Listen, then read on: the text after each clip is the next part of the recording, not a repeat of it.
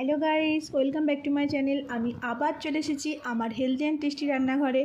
আজ আমি রান্না করব খুবই সামান্য একটা জিনিস, কিন্তু সেটাই খুবই হেলদি এবং টেস্টি কিভাবে হয় সেটা আমার রেসিপিটা ফলো করলে আপনারা জানতে পারবেন। এবং রেসিপিটা ফলো করে রান্না করুন আর কমেন্টে জানান রান্নাটা কেমন হলো।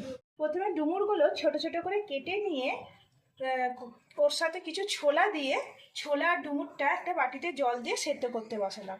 আর সেদ্ধ করার সময় অবশ্যই একটুখানি নুন দিয়ে দিলাম। আলু কেটে রাখলাম, পেঁয়াজ কুচিয়ে রাখলাম, আদা রসুন পেস্ট করে রাখলাম, কটা গোটা গরম মশলা রাখলাম ও টমেটো কুচি করে রাখলাম। দেখো বন্ধুরা, ডুমুর আর ছোলা সেদ্ধ হয়ে গেছে। এবার এটাকে নামিয়ে রেখে দিলাম। প্রথমে কড়াইতে তেল দিয়ে তার মধ্যে একটু জিরে ফোড়ন দিলাম, দিয়ে তার ভেতরে গোটা গরম মশলাটা দিয়ে দিলাম।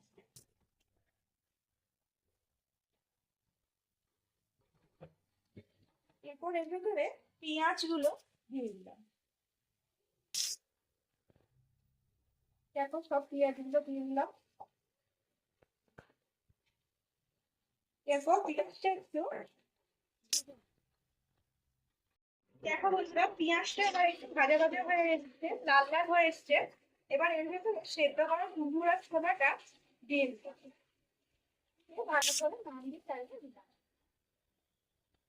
এরপর এর ভেতরে আলুগুলোকে ছেড়ে দিলাম, দিয়ে একটু নাড়িয়ে চাড়িয়ে এর ভেতর আদা রসুন বাটা, কাঁচা কাঁচা লঙ্কা দিয়ে দেবো। দিয়ে দেবো, তোমরা যদি মনে করো গুঁড়ো লঙ্কা দেবে তো দিতে পারো। আমরা যদি কাঁচা লঙ্কাটা বেশি খাই, কাঁচা লঙ্কা দেবো। এরপর এটাতে দেবো পরিমাণ মতো হলুদ গুঁড়ো, এক চামচ হলুদ গুঁড়ো দিলাম।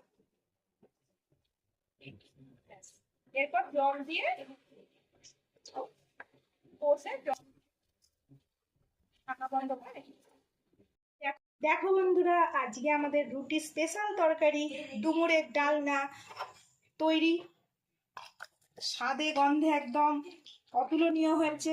তোমরাও যদি এরকম নিত্য নতুন তরকারির স্বাদ পেতে চাও তো আমার চ্যানেলটা তাড়াতাড়ি সাবস্ক্রাইব করে দিও। আজকের মতন ভিডিও এই পর্যন্তই। পরের রান্না নিয়ে আবার আসছি আমি আমার হেলদি অ্যান্ড টেস্টি রান্নাঘরে। So bye bye.